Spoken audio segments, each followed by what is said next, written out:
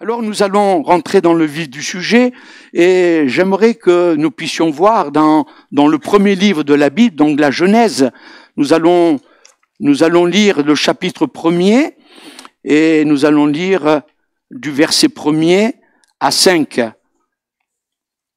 Dans le livre de la Genèse, il nous est dit ceci: au commencement, Dieu créa les cieux et la terre était informe et vide. Il y avait des ténèbres à la surface de l'abîme, et l'Esprit de Dieu se mouvait au-dessus des eaux.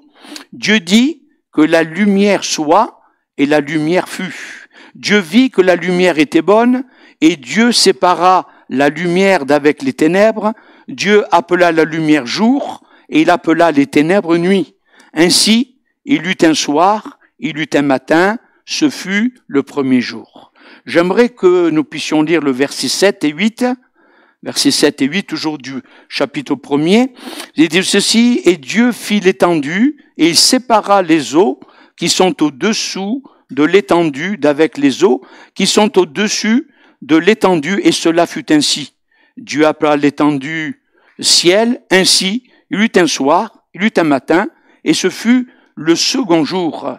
Nous lisons le verset 12 et 13. Versets 12 et 13, voici ce qui nous est dit: la terre produisit de la verdure, de l'herbe portant de la semence selon son espèce, et les arbres donnant du fruit, ayant en eux leur semence selon leur espèce. Dieu vit que cela était bon. Ainsi, il eut un soir, il eut un matin, ce fut le troisième jour. Nous lisons le verset 16 à 19.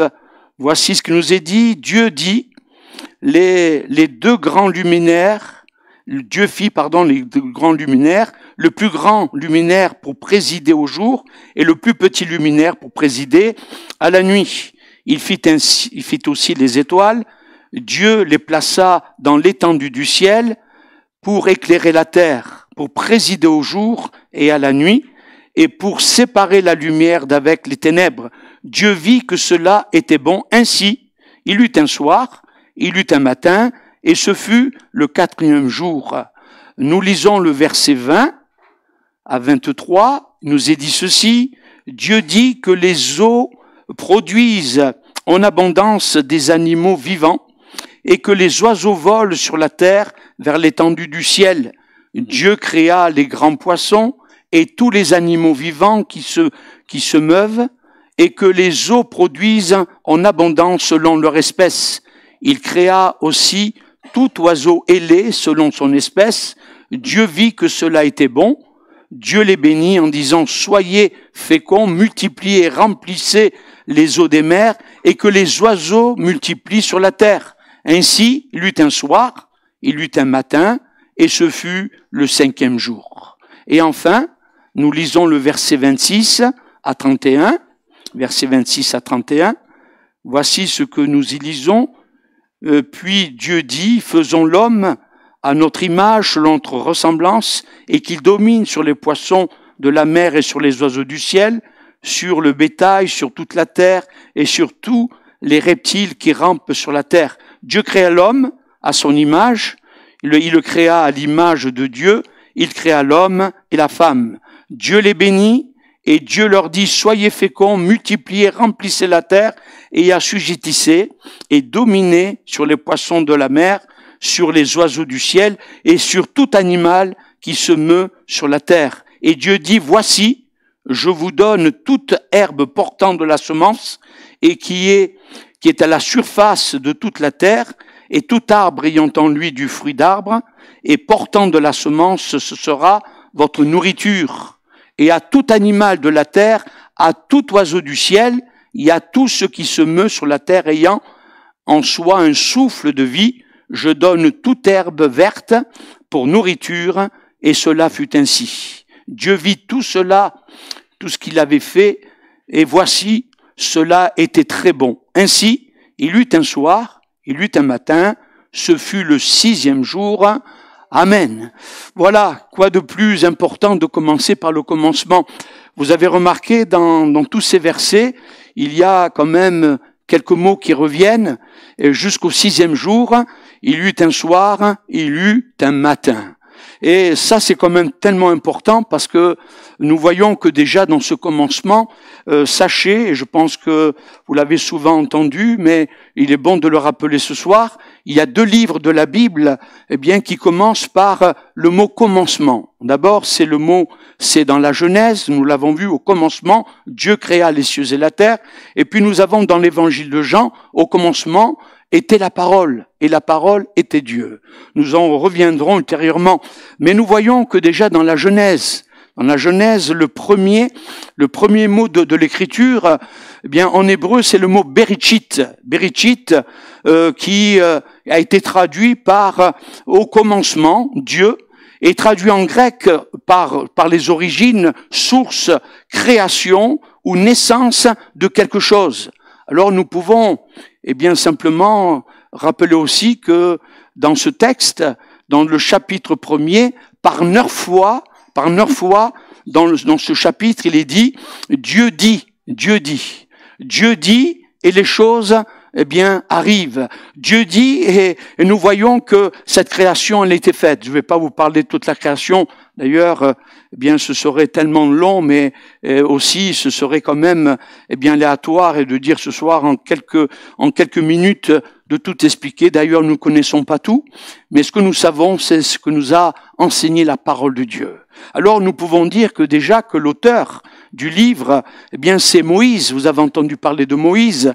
Voilà celui qui a été, eh bien, le conducteur, le chef, quand Dieu s'est servi pour libérer le peuple d'Israël. Et nous voyons que, eh bien, il a pu écrire 5 livres qui s'appellent le Pentateuque. Et nous pouvons voir que, eh bien, ces livres ont un fondement essentiel pour toute révélation, eh bien, biblique, pour tout fondement. Alors, il est vrai que nous pouvons dire au commencement, Dieu créa les cieux et la terre. Et quand on parle de la création, vous le savez, peut-être vous faites partie de ces personnes en disant, mais il y a comme quelques polémiques, je ne vais pas rentrer dans les polémiques. En ce qui nous concerne, nous, en tant que chrétiens, eh bien, nous croyons ce que la Bible enseigne, ce que la Bible nous a laissé. Et nous pouvons voir qu'il est bien évident que nous sommes dépassés par la création de Dieu. Je crois que vous êtes comme moi, ou alors je pense qu'on a les yeux, bien qui ne voient pas bien ce qu'il y a autour de nous. Mais quand on regarde la création, quand on regarde que ce soit ici, que ce soit, eh bien, en Corse ou ailleurs, on voit combien c'est extraordinaire. Mais de savoir que les choses se sont faites comme ça par hasard, eh bien ça c'est encore beaucoup plus hasardeux. Mais nous savons que la source, eh bien il y a un Dieu qui a tout créé, un Dieu qui a mis cela, eh bien, en œuvre. Mais nous pouvons voir que Dieu, eh bien, met un point, eh bien, de son œuvre en disant, au commencement, Dieu créa les cieux et la terre. Alors c'est vrai que on pourrait parler, eh bien, aussi de l'univers. Est-ce que l'univers, bien Dieu, au commencement, il n'en parle pas, mais il est possible et il est certain que l'univers avait été là. Mais Dieu parlera du cieux et de la terre. Est-ce que l'univers a été créé avant? C'est possible, mais nous pouvons voir que Dieu, c'est un Dieu qui est sage, et tous ceux qui veulent le trouver, tous ceux qui veulent le chercher, eh bien le trouveront déjà dans son cœur. L'univers, c'est tellement grand, les cieux et la terre, c'est tellement immense, mais Dieu nous a préparé quelque chose d'extraordinaire. Il a fait pour ses créatures, et vous avez remarqué qu'il a tout mis en place, et ensuite il a créé le summum, eh bien ça a été l'homme. Et nous bénissons Dieu ce soir, eh bien chacun de nous, et vous êtes une créature de Dieu. Dieu vous aime. Dieu ne voudrait pas que vous puissiez passer à côté de ce plan d'amour, ce plan de grâce. Et c'est cela qui est très important. Rappelons-nous que Dieu, il est hors du temps. C'est pas comme nous. Quand on se regarde, quand on se voit, eh bien on dit, oh, il a pas changé, hein. Il a pas changé, mais si on regarde bien, on a bien changé. On a quelques rides, on a quelques choses, mais ce qui est important, c'est le temps est passé sur nous. Mais Dieu, lui, c'est quelqu'un qui est hors du temps et de l'espace. Et on pourrait dire aussi que il est celui qui a tout créé dans la dimension, bien nous l'avons dit, des cieux et de la terre, et même de l'univers. On est tellement petit, on n'est pas grand-chose. Vous avez remarqué que quand on a des problèmes, et c'est là qu'on se rend compte, on dit mais on n'est pas grand-chose. Voilà, le voisin, il est parti, il est mort, et on se dit mais c'est pas possible. On a l'impression que, comme disait quelqu'un, quelques secondes avant sa mort, il vivait encore. Eh oui, mais voici qu'un jour, bien il est parti. Mais la question qu'on doit se poser, bien comment est-il parti? Et peut-être que ce soir, quelqu'un a besoin d'entendre cela. Entendre, eh bien, est-ce que tu as rencontré ce Dieu de l'univers, ce Dieu qui a un regard sur toi, un regard, eh bien, sur ta vie, non pas pour essayer de dire, eh bien, toi, tu es le dernier dernier. Non. Vous savez, ce sont les hommes qui jugent. Dieu, c'est un Dieu d'amour, un Dieu de grâce. C'est sa nature. Nous pouvons voir encore ce soir que dans l'Épître aux Hébreux, au chapitre 11, verset 3, il est dit que c'est par la foi que nous reconnaissons que le monde a été formé par la parole de Dieu. C'est par la foi. Si on commence, eh bien, à pouvoir dire, eh bien, dans mon intelligence, eh bien, je veux comprendre, je veux vraiment voir si vraiment ces choses sont vraies, mais d'abord, ouvre ton cœur. Parce que ton cœur te donnera aussi, eh bien, de connaître ce Dieu extraordinaire. Mais ce Dieu aussi, il n'est pas celui qui dit, mais écoute, tu es quand même limité, donc je ne vais pas me révéler autrement. Mais Dieu, c'est celui qui se révèle. Et on bénit le Seigneur de ce que, eh bien, on peut aller beaucoup plus loin dans la connaissance. Mais ce soir, ce n'est pas mon propos, mais je voudrais simplement vous dire que nous voyons qu'on sorte, eh bien, ce que Dieu a créé, eh bien, nous voyons qu'au départ, eh bien, rien n'existait. Et nous pouvons voir que les choses visibles, ce sont des choses que lui, il a créées. Dieu est puissant pour créer de rien. De rien, eh bien, il est omnipotent. Il a une toute puissance. Bien sûr, vous allez me dire, oui, il est tout puissant, mais j'ai l'impression qu'il m'a un peu oublié. Parce que je vis par des choses difficiles et je veux bien simplement expérimenter eh bien ce Dieu, nous l'avons dit, ce Dieu d'amour, hein, mais c'est aussi un Dieu puissant, un Dieu que rien ne peut lui échapper. Peut-être ce soir j'ai besoin de faire une expérience et de dire eh bien Seigneur, si tu es le Tout-Puissant, alors Seigneur, eh bien je veux ouvrir mon cœur et je veux t'entendre. Je veux croire, je veux commencer, puisque nous commençons par ce livre, au commencement. Je veux moi aussi commencer, eh bien, à pouvoir m'approcher de toi. Comme je disais à quelqu'un il y a pas longtemps, vous savez, on veut connaître Dieu, mais on ne veut pas lire sa lettre, on ne veut pas lire sa parole. On veut savoir vraiment qui il est, et pour savoir comment il est, eh bien, j'ai besoin aussi, comme le Seigneur nous a donné à chacun de nous, eh bien, d'avoir ce mot qui n'est pas galvaudé, mais c'est ce mot de la prière. C'est ce mot simplement de se tourner vers lui. La parole de nous dit, quand un malheureux crie, l'Éternel l'entend et le délivre de toutes ses détresses. Et je crois que on doit toujours commencer par là. Se voir qu'il est puissant, mais voir aussi que dans mon cœur, eh bien, il peut être aussi puissant. Alléluia. Et ça, c'est quand même très important. Il sait toutes choses. Rien ne lui échappe. C'est vrai que pour nous, on dit, mais c'est impossible, incroyable. Et pourtant, la Bible nous dit qu'il est omniscient. Il possède toute la science. Je crois que chacun de nous, en tant que chrétien, on l'a expérimenté tant de fois. Tant de fois, on a dit, mais là, Seigneur, c'est pas possible.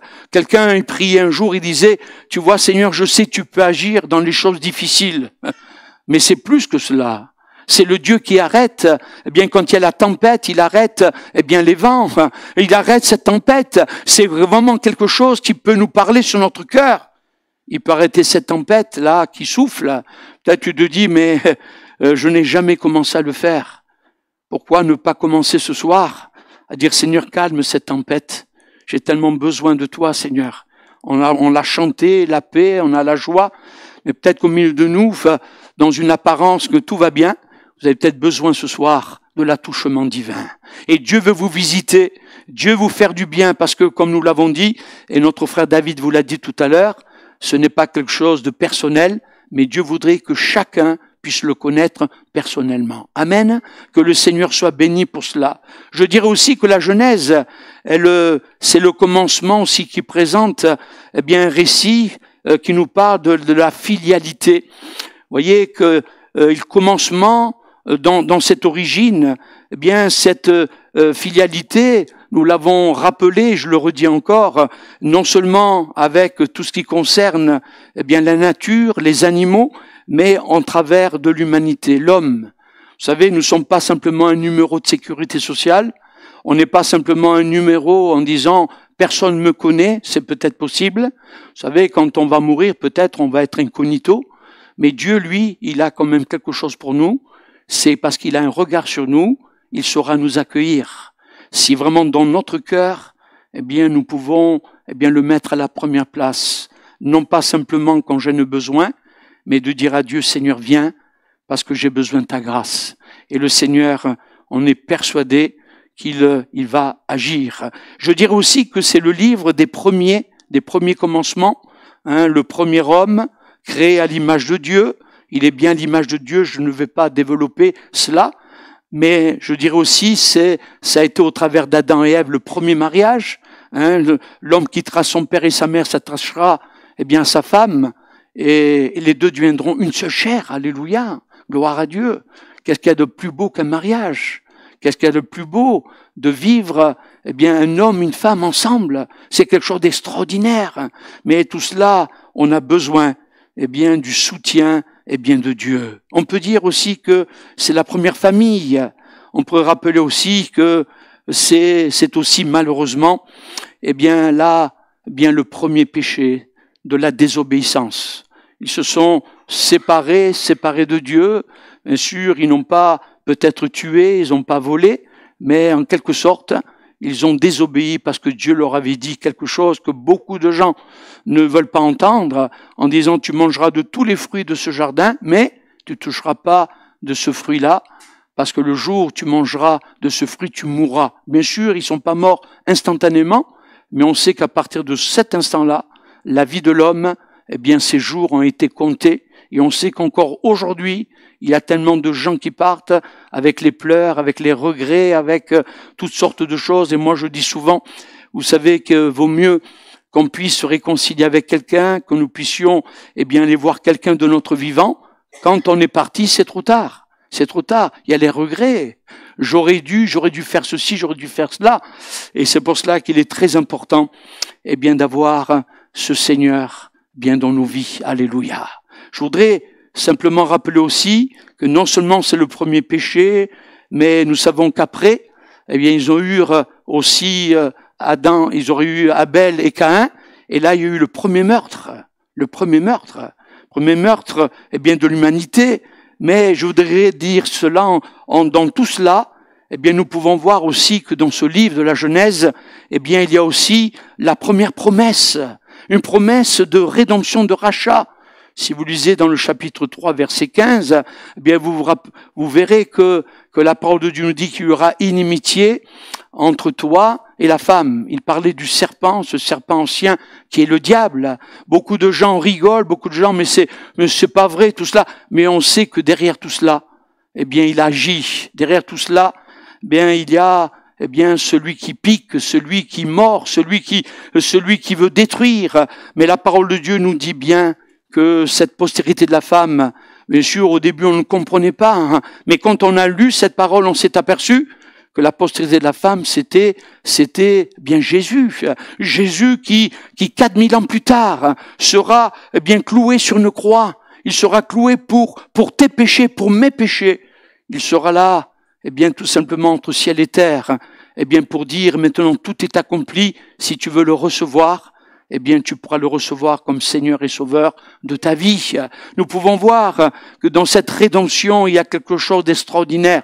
Mais pour revenir un peu à la Genèse, j'aimerais simplement vous dire qu'il y a eu cette première alliance, eh bien, avec un homme qui s'appelait Abraham, le père élevé, Abraham, le père d'une multitude. Et oui, tu seras béni. Et la parole de Dieu nous dit, eh bien, toutes les familles seront bénies en toi. Cet homme, eh bien, il a voulu croire. Cet homme, il a voulu, eh bien, avancer. Et c'est pour cela que ce soir, j'aimerais vous dire, eh bien, qu'il y a bien, et on se tracasse bien la tête.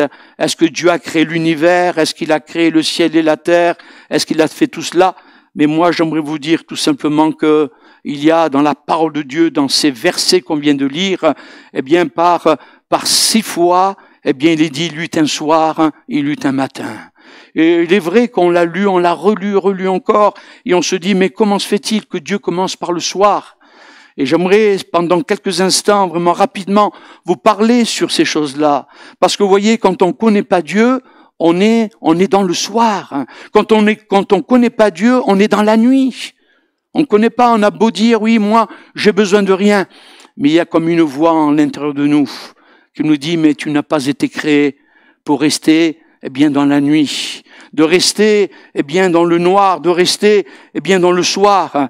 Et la parole de Dieu nous dit que, eh bien, il y a, eh bien, c'est par 6 fois, eh bien, il est question, eh bien, de ces choses.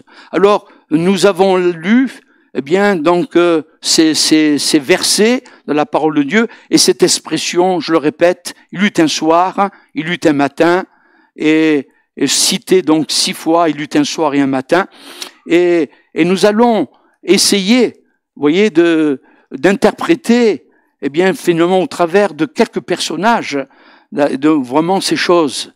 Et d'abord, nous l'avons dit, les premiers personnages que nous voyons dans la parole de Dieu, eh bien, ce sont Adam et Ève.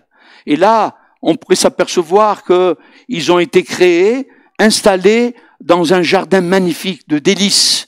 Je ne vais pas revenir en disant qu'ils ont désobéi, ils se sont éloignés. Et même là, dans le jardin d'Éden, le soir, si vous pourrez le lire au chapitre 3, verset 8, l'Éternel parcourait le jardin vers le soir.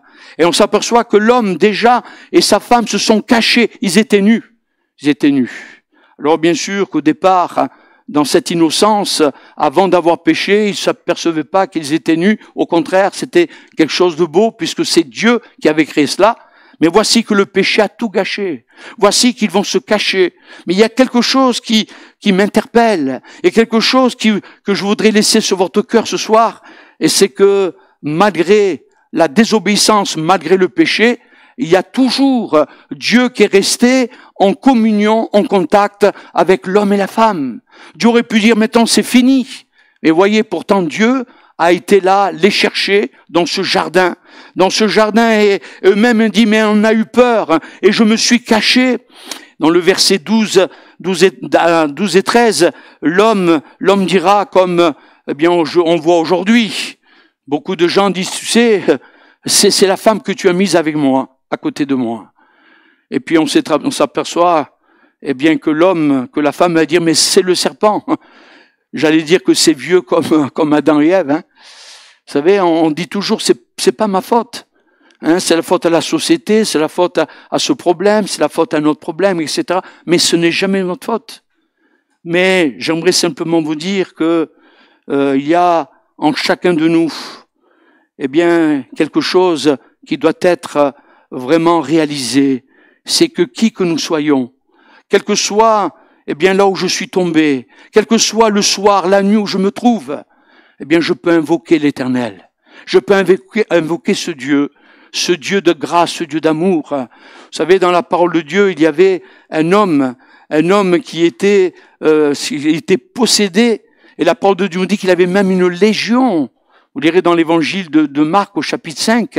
Et ce qui m'a interpellé là encore, c'est que la parole de Dieu nous dit que cet homme, eh bien, en voyant Jésus arriver, il a été se jeter là à ses pieds. On s'aperçoit que rien ne peut empêcher d'aller vers Jésus. Rien ne peut empêcher d'aller vers Dieu.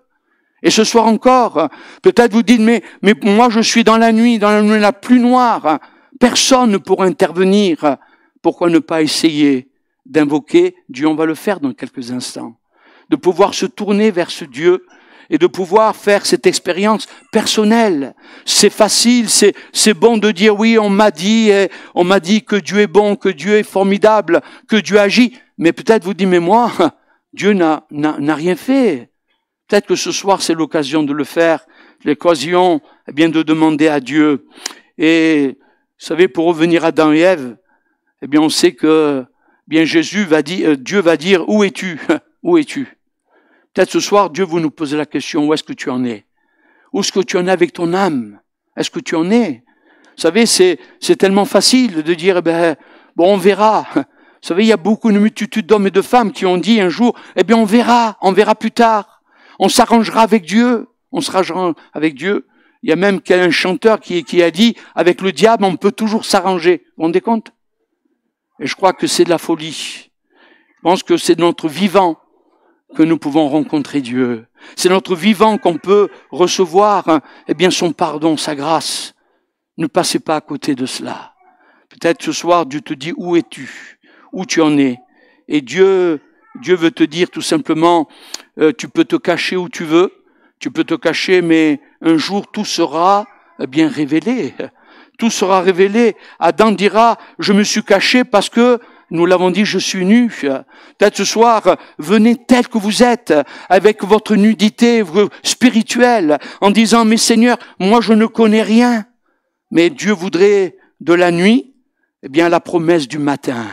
Je pense que, je me souviens pour ma part, lorsque j'ai rencontré, plutôt Dieu m'a rencontré, alors que j'ai versé toutes les larmes de mon corps dans la cuisine.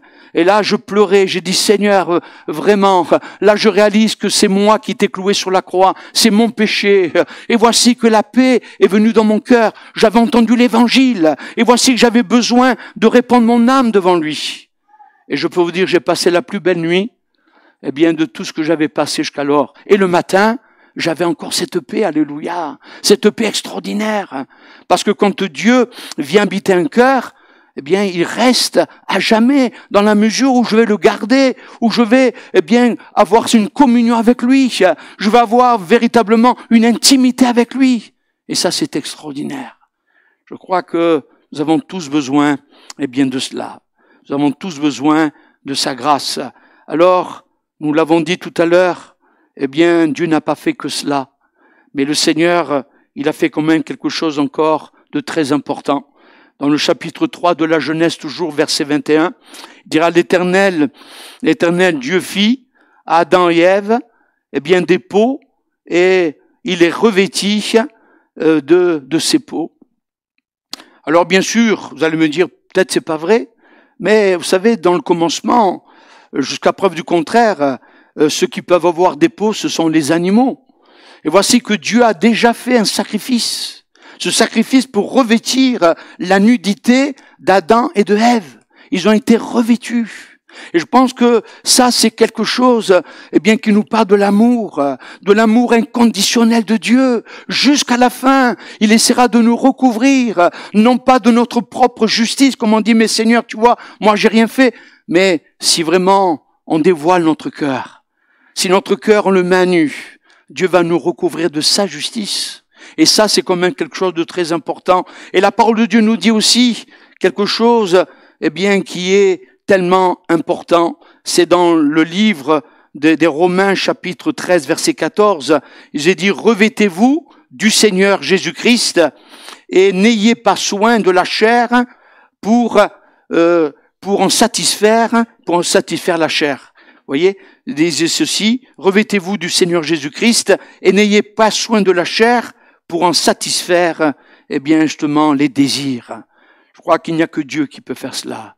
Dans la mesure où je m'appuie sur lui, dans la mesure, où je crois cela.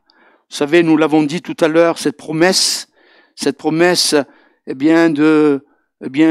cet homme, en parlant de la postérité de l'homme, il nous est dit que la postérité, du serpent écrasera la tête, elle mordra le talon, mais nous savons que, nous savons la postérité, qui est Jésus, écrasera la tête du serpent. Nous bénissons Dieu de ce que ça a été effectif sur la croix du Calvaire. Nous bénissons Dieu de ce que maintenant, il y a quelque chose de très important. C'est parce que, dans chacun, de nos cœurs, dans chacune de nos vies, pour ceux qui ont reçu Christ, nous sommes convaincus que c'est à la croix du Calvaire, qu'il nous a sauvés, qu'il veut te sauver encore ce soir. C'est au travers de la croix.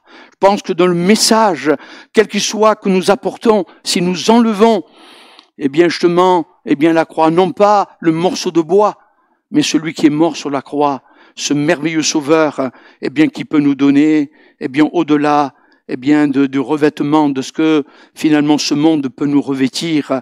Dieu a fait plus de revêtir que de peau de bête, mais Dieu nous a revêtus, tout simplement de son amour, de son pardon. Et nous bénissons Dieu de ce qu'encore ce soir, il veut te faire du bien. Amen. Il veut te revêtir, de sa grâce. Nous l'avons dit dans l'évangile de Jean, je terminerai par cela. Nous avons dit que la deuxième chose, c'est au commencement était la parole, et la parole était avec Dieu. Chapitre 1er, versets 1 à 4. Et la parole était Dieu, elle était au commencement avec Dieu. Et l'apôtre Jean nous parle de Jésus. Au commencement était la parole. Ce mot grec, c'est le logo. Jésus était la parole avant l'incarnation. Et nous pouvons dire, il est la parole, était Dieu. Ce Dieu qui se fait homme. J'en parlais il y a pas longtemps. Dieu n'est pas 50% homme et 50% Dieu. Non.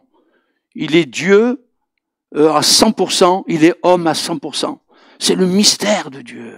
Mais nous bénissons Dieu de ce que, nous l'avons reçu. C'est pour cela qu'il nous dit, il était au commencement avec Dieu. Jésus, la parole, qui était auprès de Dieu, elle révèle la révélation entre la parole et Dieu. Nous bénissons Dieu de ce que, ces choses sont ainsi. Mais la parole de Dieu nous dit au verset 3, toutes choses ont été faites par elle, et rien de ce qui a été fait n'a été fait sans elle, sans Jésus. Et c'est pour cela que la parole, Jésus existait, elle existait avant la fondation du monde. Et toutes choses ont été faites, toutes choses ont été créées par elle. La parole a été Dieu, et Jésus est Dieu. Et c'est au travers et avec Jésus que le Père a créé toutes choses, avec lui et pour lui.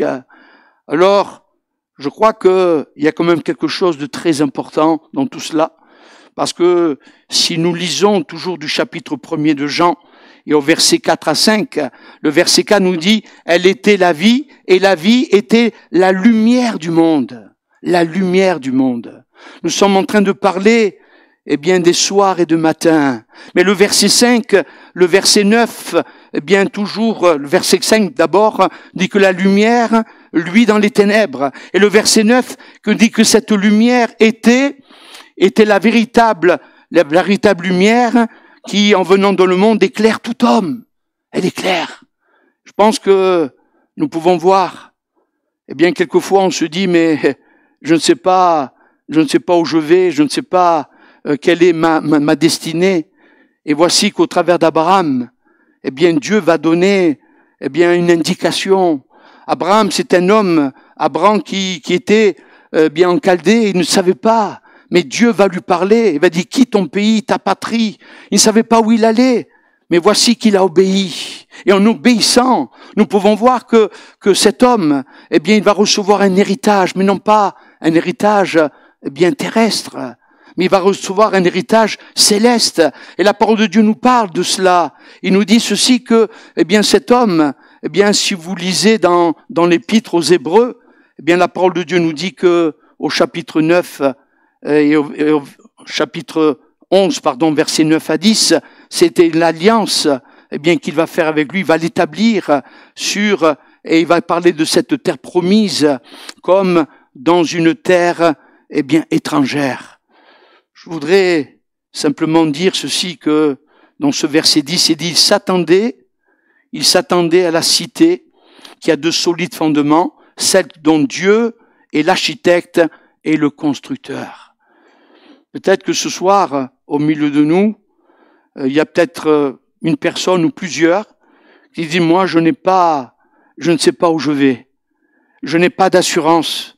Je me sens comme étranger sur cette terre. Je me sens comme quelqu'un, qui n'est pas de ce monde. J'ai besoin véritablement d'avoir une assurance.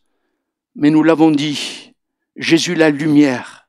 Il est cette lumière qui éclaire tout homme, toute femme, tous ceux qui s'approchent.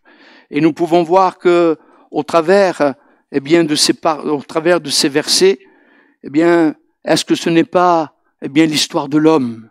L'histoire de l'homme qui est parti d'un coup de tête, c'est peut-être votre cas ce soir. Quelqu'un qui a dit, je claque la porte, je m'en vais. Voilà, j'en ai assez.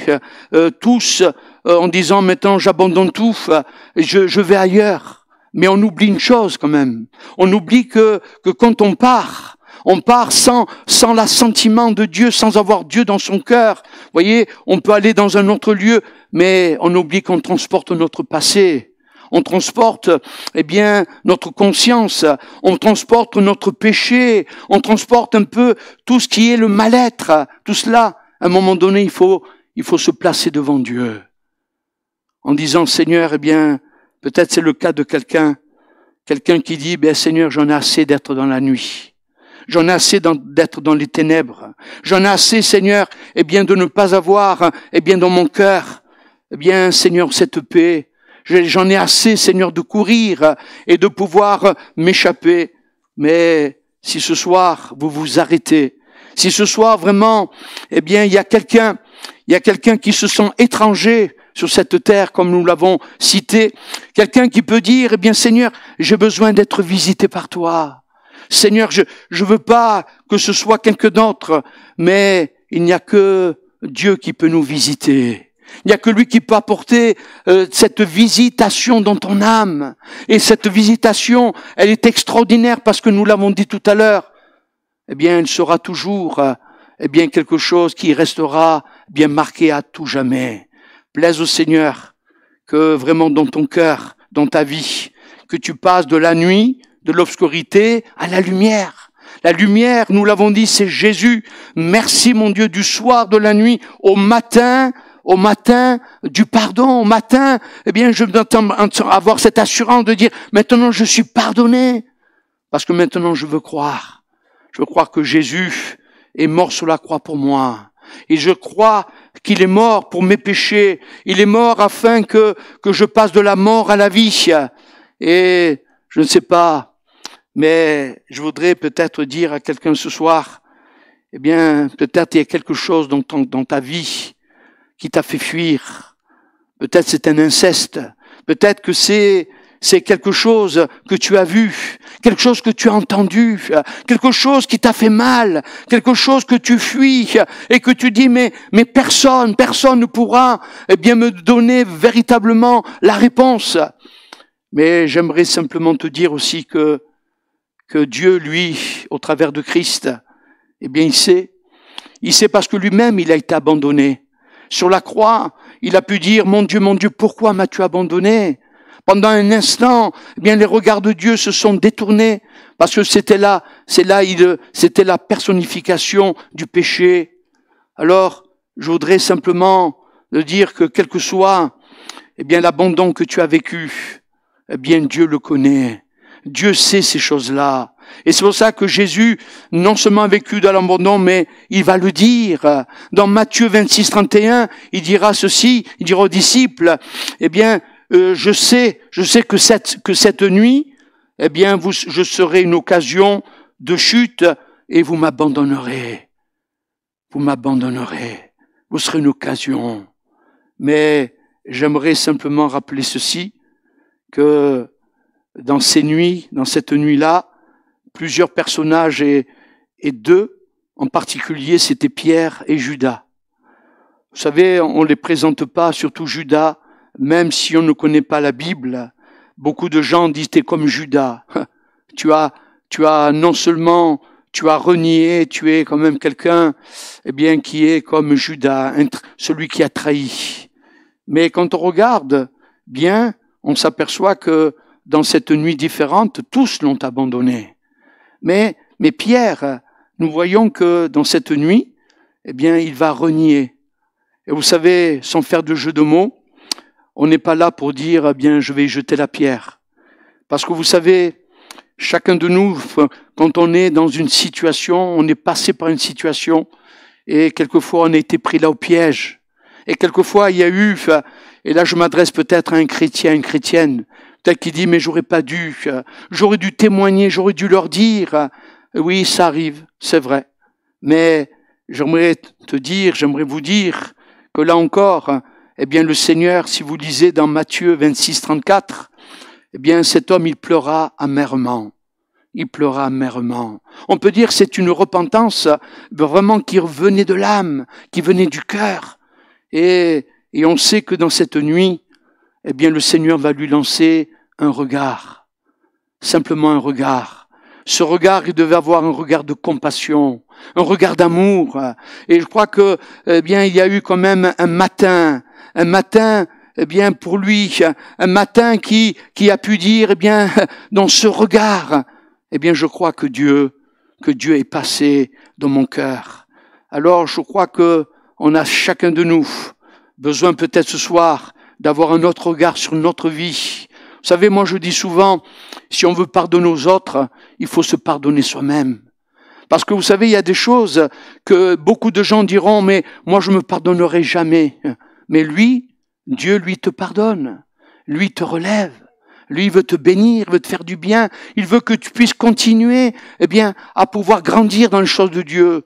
Faut pas commencer, vous savez, les gens, je commence, maintenant ça y est, j'oublie tout, je recommence à zéro. Mais pour le chrétien, c'est quelque chose de très important, de reprendre là où j'ai laissé les choses, et de les reprendre là pour mon cœur et pour ma vie. Et puis il y a aussi ce Judas. Ce Judas, on connaît pas grand-chose quand même, mais pourtant, si vous lisez dans Luc 22, verset 3, il dit « Or Satan entra en lui ». Il entra en lui.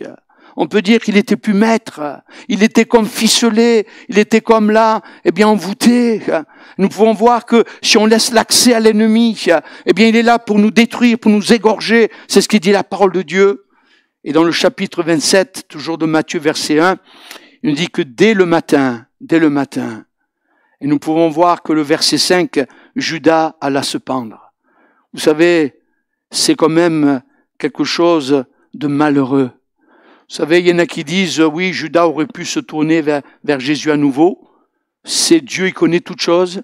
Il connaît, d'ailleurs, Jésus lui-même, il dira, eh bien, il a un démon. Un de vous a un démon. Je crois que n'attendez pas d'être à l'extrémité. N'attendez pas de vivre des choses, eh bien, que vous regretterez. Parce que le diable, il est là pour nous lier. Il est là comme un lion rugissant, cherchant qu'il dévorera. Mais ce soir, eh bien simplement, eh bien acceptez ce Jésus. Alors qu'il est encore temps, parce que nous pouvons voir que à l'heure de la puissance des ténèbres, eh bien malheureusement il a agi. Mais nous pouvons rappeler aussi quelque chose de très important, c'est que Jésus, lorsqu'il va monter sur le mont Golgotha, il va monter eh bien, pour mourir pour les péchés de ces disciples-là, et puis pour tous ceux qui viendraient à lui. D'ailleurs, lui-même, il dira, j'attirerai tous les hommes à moi. J'attirerai tous ceux qui voudront venir, tous ceux qui voudront croire. Et nous pouvons voir que ces ténèbres, eh bien, elles se sont épaissies, eh bien, lorsqu'il va mourir sur la croix. Savez-vous que, eh bien, depuis le matin, c'est-à-dire depuis midi jusqu'à 15 heures de l'après-midi, il y a eu des ténèbres. On a enlevé la lumière, on a enlevé, eh bien, le prince de la vie. Voici que les ténèbres sont venues. C'était la nuit, c'était le soir. Mais voici que le jour arrive à 15 heures de l'après-midi. On peut dire que le jour est revenu. On peut rappeler que la parole de Dieu nous dit que le voile du temple s'est déchiré en deux. C'est-à-dire que dans l'Ancien Testament, un souverain sacrificateur devait apporter le sacrifice pour une fois par an, pour tous ces hommes et ces femmes qui avaient péché. Mais voici que le voile du temple est déchiré. Voici que maintenant, il y a une libre entrée dans le sanctuaire, une libre entrée auprès de Dieu. Il n'y a plus de sacrifice à apporter. Parce que Jésus, c'est le sacrifice, eh bien, suprême. Et la parole de Dieu nous dit que cette mort, ça a porté la vie, alléluia. Si vous lisez dans le verset 52, toujours du chapitre 27, il nous est dit que les sépulcres s'ouvrirent et il y a eu des hommes qui sont venus, ils sont rentrés dans la ville. Et le verset 53, étant sortis des sépulcres, eh bien, ils entrent dans la ville. Ils vont témoigner qu'ils étaient, eh bien, dans la nuit de la mort. Ils étaient, eh bien, là, dans le cercueil. Et voici que le Seigneur les a ressuscités. Et je crois il n'y a pas de plus grande espérance que de savoir, eh bien, que si la mort, elle va m'atteindre, eh bien, il y aura aussi la résurrection.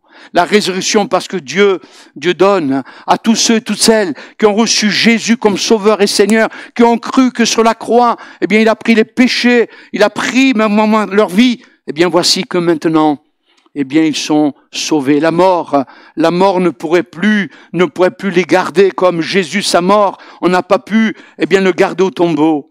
Et c'est pour cela que la parole de Dieu nous dit dans Luc 24, verset 1er, eh bien, c'est le grand jour de la nuit, de la mort. Eh bien, un cri va monter, c'est le cri, eh bien, il est ressuscité. Le troisième jour, il est ressuscité, ce merveilleux Sauveur. Il est ressuscité pour notre justification. Il veut ressusciter pour ta justification. N'oublie jamais cela. Vous savez, je prêchais il y a 2 semaines de cela dans un petit village. Faut pas le citer, s'appelle Vézagne. Et là, j'avais des grands-pères et des grands-mères. Et je disais ceci dans le psaume 90, verset 12. Il dit, enseigne-nous à bien compter nos jours, afin que nous appliquions nos cœurs à la sagesse. Et je leur disais, vous savez, eh bien là, on a beaucoup moins à vivre de ce que nous avons vécu. Et je leur disais, peut-être que ce soir, c'est la dernière fois que vous allez écouter l'évangile. C'est la dernière fois. Qui sait qui peut dire demain, eh bien, je ferai ceci ou cela. Personne ne peut le dire. Je les exhortais. Parce qu'il n'y a pas d'âge pour rencontrer Dieu. Il n'y a pas d'âge pour se tourner vers lui. Et c'est pour cela, ce soir, que l'on soit jeune ou moins jeune, je crois qu'il y a quelque chose, eh bien, que Dieu nous dit. Sors de ta nuit. Sors de ton incrédulité. Sors afin que tu puisses venir en plein jour remercier ton Seigneur et ton Sauveur. C'est pour cela que toutes les semaines, eh bien, dans ce lieu, il y a des réunions où nous sommes enseignés, des réunions où nous écoutons la parole de Dieu, des réunions où nous prions les uns pour les autres, des réunions le dimanche matin, nous venons pour remercier ce Dieu d'amour qui nous a donné son Fils Jésus. Alléluia. Que le Seigneur soit remercié pour cela. Et c'est pour cela, nous voulons être ces témoins, comme ces témoins qui sont sortis des sépulcres. Un jour, nous sortirons et nous serons toujours avec lui. De la mort, du péché, au jour du salut et du pardon. C'est ce que le Seigneur veut apporter à ton cœur. Ne regarde pas si un tel ou un tel va le faire, mais ce soir, donne ton cœur au Seigneur. Ce soir, eh bien, livre-toi à lui comme tu es. En disant, Seigneur, eh bien, tu vois, je n'ai rien à cacher. Je me présente devant toi. Seigneur, j'ai besoin de toi. Et pour tous les sauver, afin que tu fasses partie de tous ces sauvés, je voudrais vous lire un dernier verset. C'est dans l'Apocalypse, au chapitre 22, verset 5. Il dit, il n'y aura plus de nuit, et le Seigneur les éclairera. Voyez, il n'y aura plus de nuit. Dans cette cité céleste, dans cette patrie céleste, eh bien, il n'y aura plus de nuit. Le Seigneur, eh bien, les éclairera. Plaise à Dieu ce soir que vraiment votre cœur, peut-être le cœur de quelqu'un, puisse se dire, eh bien, Seigneur, me voici. Seigneur, je me tourne vers toi parce que je vais être sauvé. Amen.